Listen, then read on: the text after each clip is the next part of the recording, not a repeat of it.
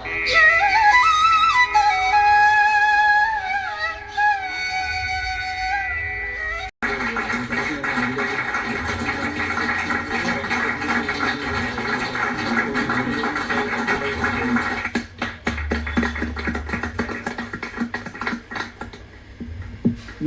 सतमोला कवियों की चौपाल में आप सभी दर्शकों का हार्दिक अभिनंदन है, स्वागत है। सतमोला कवियों की चौपाल वीर रस की कविता हो गई, नारी शक्ति पर भी हो गई, लेकिन एक जो सबसे महत्वपूर्ण रस अभी बचा हुआ है, हास्य रस, जो जीवन में बहुत जरूरी है। हंसने से कहते हैं कि खुश रहने से इंसान की सारी बीमारियां दूर हो जाती हैं और खुश रहना बहुत जरूरी है। और इसी कड़ी में हम आगे चलते हैं। जो हमारे बीच दिल्ली से पधारे हैं अनूप मिश्रा जी, आदरणीय अनूप मिश्रा जी, जो हास्य रस लिखते हैं और आज ये हम सभी को अपने इस रस से सराबोर कर कर थोड़ा सा गुदगुदाएंगे। तो चलिए इनको मैं 4 पंक्तियों से आवाज देती हूँ, कहती हूँ कि जिंदगी हम भी तुझको तरासा किए, जिंदगी हम भी तुझको तरासा किए, रात दिन यूं सफर बेतहासा किए। मौत मंजिल है ये जानते हैं मगर, मौत मंजिल है ये जानते हैं मगर, बेवजह ही तुझे यूं तलाशा किए, बेवजह रात दिन यूं तलाशा किए। और इन्हीं पंक्तियों के साथ मैं आपका स्वागत करती हूँ। आप आइए और अपनी रचना रखिए।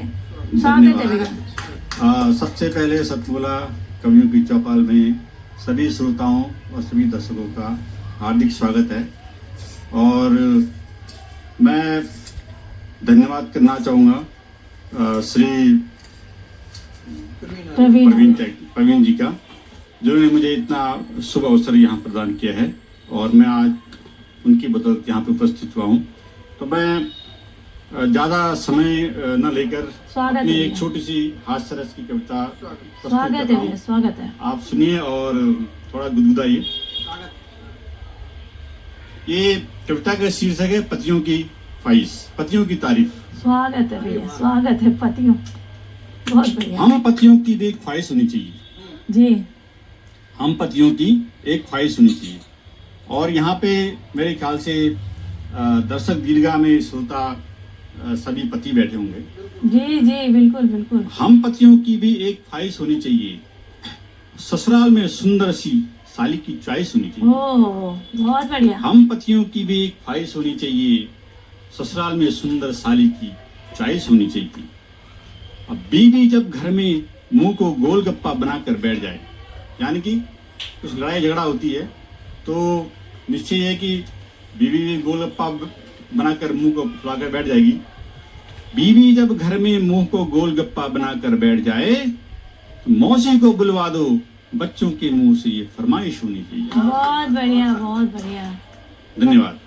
बीवी की आंखों में जब चश्मा लग जाए, यानी कि उम्र बढ़ जाए, बीवी की आंखों में जब चश्मा लग जाए, साली की उम्र 21 या 22 होनी चाहिए। बहुत बढ़िया, बहुत अच्छी ख्वाहिश है आपकी। ससुराल में सुंदर सी साली की चॉइस होनी चाहिए। वह जब किसी पार्टी में मिल जाए, कौन? साली।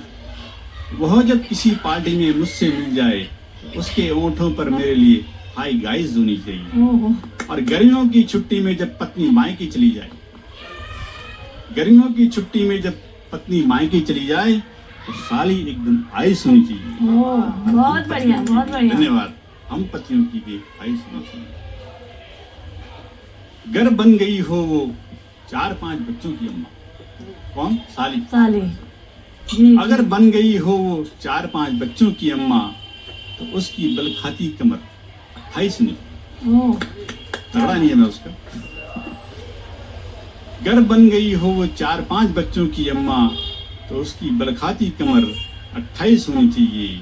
और मेरी शादी की फोटो को जब वो निहारे, जब मैं दूल्हा बन के गया था, मेरी शादी की फोटो को जब वो निहारे तो मेरी फोटो पर उसके लिए फीलिंग नाइस होनी चाहिए। बहुत बढ़िया। हम पतियों की भी ख्वाहिश होनी चाहिए, ससुराल में सुंदर सी साली की चॉइस होनी चाहिए। क्या बात है। मैं चाहूँगा कि मैं वैसे बेसिकली उत्तराखंड से हूँ, तो मैं एक छोटी सी उत्तराखंड पे एक रचना है, एक छोटी सी उत्तराखंड पे जो रचना है, मैं सोचता हूँ कि मैं उसी कविता के माध्यम से पूरे उत्तराखंड का आपको भ्रमण किए देता हूँ। स्वागत है भैया। जहाँ ठंडी ठंडी पवन चली, जहाँ ठंडी ठंडी पवन चली, हर पर्वत को छूकर गगन चली। जहाँ ठंडी ठंडी पवन चले, बहुत पर्वत बढ़िया। को छूकर गगन चले, और पेड़ की डाल पर कौतूहल से सूरज उगी और दिन ढले। बहुत बढ़िया। वो मेरा उत्तराखंड है। बहुत- जहाँ हिस्र काफलों में शहद जैसी मिठास हो। हिस्र और काफल होते हैं वहां पे पहाड़ों में। जहाँ हिस्र काफलों में शहद जैसी मिठास हो, और जेठ की गर्मी में बुरांस के रस से बुझती प्यास हो। बहुत बढ़िया। आपको बहुत पता अच्छा। होगा वहां पे पहाड़ में पानी की बहुत कमी होने के कारण वहाँ बुरांस होता है खूब। उसको अगर एक बार खा लो प्यास बुझ जाती है। जहाँ हिस्र काफलों में शहद जैसी मिठास हो, जेठ की गर्मी में बुरांस के रस से बुझती प्यास हो, वो मेरा उत्तराखंड हो। जहाँ मसूरी की सैर और नैनी झील के दर्शन हो, नैनीताल नैनी। बहुत बढ़िया। जहाँ मसूरी की सैर और नैनी झील के दर्शन हो, झरनों के शोर में निर्मल गंगा में मन अर्पण हो, वो मेरा उत्तराखंड हो। बहुत और बढ़िया। जहाँ एक और हिमालय, दूजा पवित्र गंगा का साथ हो, वहीं चारों धामों को नमन करने उठे हमारे हाथ हो, वो मेरा उत्तराखंड हो। बहुत और जहाँ हर घाट बाट पर लगते मेले हों, त्योहारों पर गांव गलियारे सजते हों, वो मेरा उत्तराखंड हो, वो मेरा बहुत अच्छा। उत्तराखंड हो। और इसी रचना के साथ मैं यहीं पे विराम देता हूँ। धन्यवाद।